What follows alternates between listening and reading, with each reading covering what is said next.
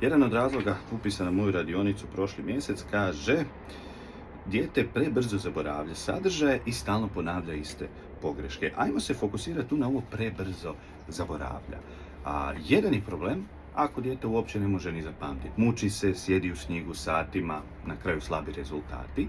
A još gore je kad se muči, uspije zapamtiti, možda ti ko roditelj ispitaš dijete stvarno zna i onda dođe na ispit i ako ima sreće, znaće na ispitu, a par dana poslije će krenuti zaboravljati. I to je problem onda ako se gradivo nadograđuje, pa će morati opet iznova učiti za novi razred ili novo gradivo.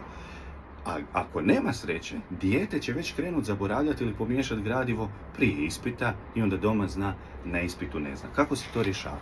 Pa treba prvo dobar način učenja. Znači, ako je tu samo puno čitanja, ponavljanja, nije bitno naglasili u sebi, ali čitanje, ponavljanje, prepisivanje, podcrtavanje, to je generalno nešto što smatramo sporim i pasivnim učenjem i može se na taj način naučiti, samo jako često se desi upravo ovo, da se nauči pa da se zaboravi, ali još je važnije kod toga znat kako dijete zna da je neka lekcija naučena i da sad s njom možemo stati. Puno djece to ne zna. Kad god na svojoj radionici pitam, dobijem puno odgovora, jako puno ih je ne znam, i jako puno je nekih različitih ideja, ali niko nema konkretno, ne, ja znam kad napravim to i to, gradivo je naučeno, mogu ići dalje. I sad ako dijete nema to, nema neki princip, neko pravilo s kojim zna kad je gradivo gotovo, kad vjeruje sebi 100% i može ići dalje, pa kako će onda ikad išta naučiti samostalno?